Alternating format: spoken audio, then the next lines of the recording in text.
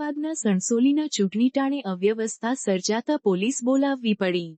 મહેમદાવાદના સણસોલીમાં આજે યોજાયેલ મતદાનમાં તંત્રની અણાવડત છતી થઈ છે। અત્યાર સુધીની બધી જ ચૂંટણીઓમાં સણસોલીમાં 3 વોર્ડ અને 6 બૂથ રાખવામાં આવ્યા હતા, પરંતુ આજે યોજાયેલ સરપંચ તેમજ સભ્યની ચૂંટણી માટે માત્ર 2 વોર્ડ અને 2 જ બૂથ કરવામાં આવતા મતદારો બૂથ ઉપર ટોળા થઈ જતા પોલીસને બોલાવવાનો વારો આવ્યો હતો, જેથી કેટલાય મતદારો મતદાન કર્યા વગર પરત ફર્યા હતા। સરપંચ તેમજ તાલુકા પંચાયતના સભ્યોની ચૂંટણી દરમિયાન મહેમદાવાદના સણસોલીમાં બપોર બાદ અચાનક મતદારોનો ઘસારો વધી ગયો હતો, જેથી ત્યાં હાજર સરકારી તંત્રથી પરિસ્થિતિને પહોંચી નહીં વળતા મામલતદારે સ્થળ ઉપર આવી વ્યવસ્થા કરવાની ફરજ પાડી હતી, જેના ભાગરૂપે વધારાના પોલીસ કાફલાને સણસોલી બોલાવી મતદારોને કાબૂમાં લેવાનો પ્રયત્ન કરવામાં આવ્યો હતો। સણસોલીમાં મતદાન મથકની અંદર મતદારોના વેરિફિકેશન માટે વધારાના 2 ટેબલો ગોઠવવામાં આવ્યા હતા, પરંતુ તંત્રની વ્યવસ્થાને ફેલ ગણાવતા મતદારોએ જણાવ્યું હતું કે અમે 4 કલાકથી લાઈનો લગાવીને ઊભા છીએ પણ હજી મતદાન માટે નંબર આવ્યો નથી। અમારા જેવા તો કેટલાય મતદારો વોટિંગ કર્યા વગર પાછા જતા રહ્યા છે।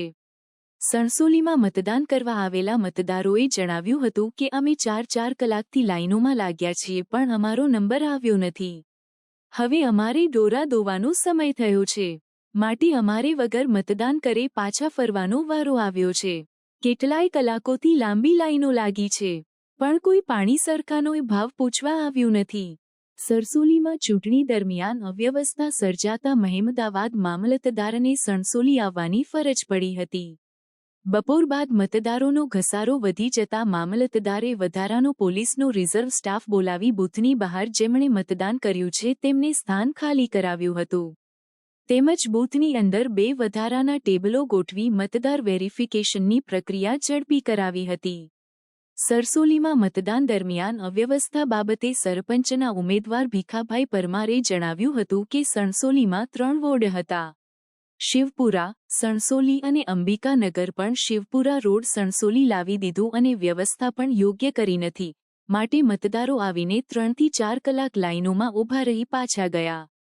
ત્યારે સરપંચના ઉમેદવારે જણાવ્યું હતું કે જો મતદાન અંબિકાનગર જેટલું નહીં થાય તો અમે તંત્ર સામે કોર્ટના દ્વાર ખખડાવીશું। ભરતભાઈ અને તલાટી સણસોલી ગામ મારું વતન છે અને અત્યારે હાલમાં ગ્રામ પંચાયતની ચૂંટણી ચાલી રહી છે।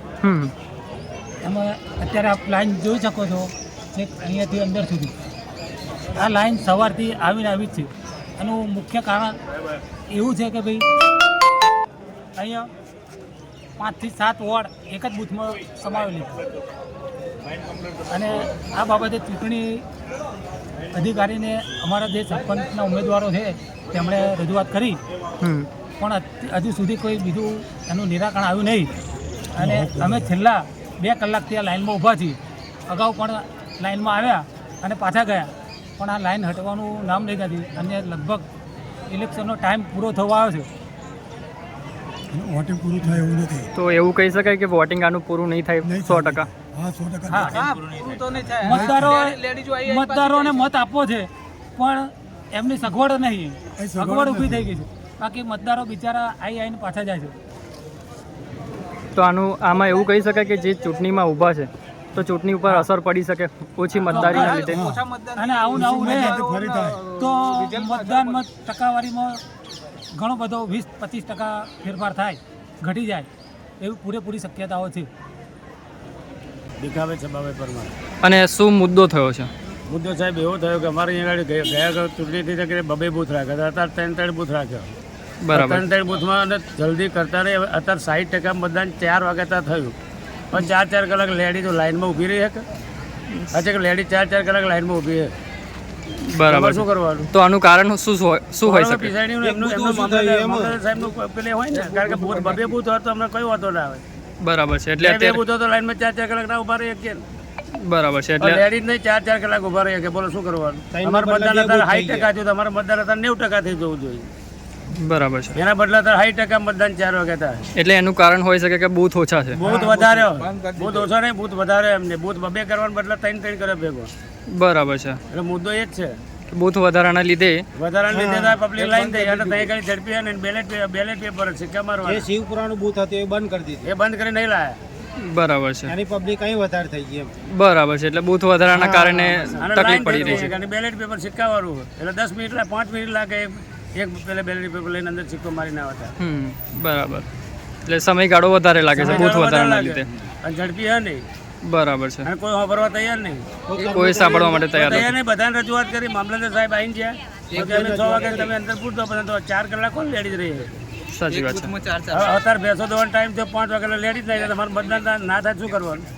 સાચી વાત છે. તો સરપંચ હારી જાય છે ત્યાંના જ મતદાન ના કરે શું કરવાનું? બરાબર છે. અત્યારની પરિસ્થિતિ સાહેબ 4:30 થવાયા તે છતાં એ ગાડી 700 થી 800 પબ્લિક ઊભી છે લાઈનમાં. 4 કલાક થયા તો એનું નિરાકરણ નહીં આવે. બરાબર છે. અને આવીને આવી પરિસ્થિતિ રહી તો તમે શું કરશો? સાહેબ આવીને આવી પરિસ્થિતિ રહે તમે અમે અમારે તો લેડીઝ અમારે તો જતો રહે શું કરો? ભેંસો દોવાનો ટાઈમ થઈ ગયો 5 વાગે એમને ભેંસો દોવાની જતો રહે તમને મતદાન કોણ કરે? એ પાછો આવીને કે 2 કિલોમીટરથી અમે લાયા અહીંયા ગાડી. બરાબર છે, તો આમાં ભૂલ કોની કહેવાય? ભૂલ સાહેબ અધિકારીની કહેવાય ને સાહેબ. જે બે બૂથનો એક બૂથ કર્યો તો ચાલે પણ સાહેબ 4 એક ગામ જેટલું બૂથ કર્યું 1300 મતનું બૂથ અહીંયા તૈયાર કર્યો. એક મત કુટીરમાં 1300 મત એ તો એક આખું ગામ થઈ જાય ને. બરાબર છે, તો તમે આગળ શું કાર્યવાહી કરશો? સાહેબ અમારે તો મતદાન જો 200 અમારે તો 300-400 મતદાન અમે કાયદેસરની કાર્યવાહી જે થશે કરીશું. અમે કોર્ટમાં જઈશું સાહેબ. ભૂલ અમારી સાથે નહીં, અધિકારીની ભૂલ છે સાહેબ. અંબિકાનગરમાં 3 બૂથ હતા 80% મતદાન થાય તો અહીંયા 60% કેમ? બરાબર છે, એટલે ભૂલ તો અધિકારીની ગણાય ને. તઈ અધિકારી ને આ અધિકારી અલગ છે. અધિકારી બે એક જ છે. તો બરાબર. ત્યાં 80% થાય અહીં કેમ ના થાય? બરાબર છે.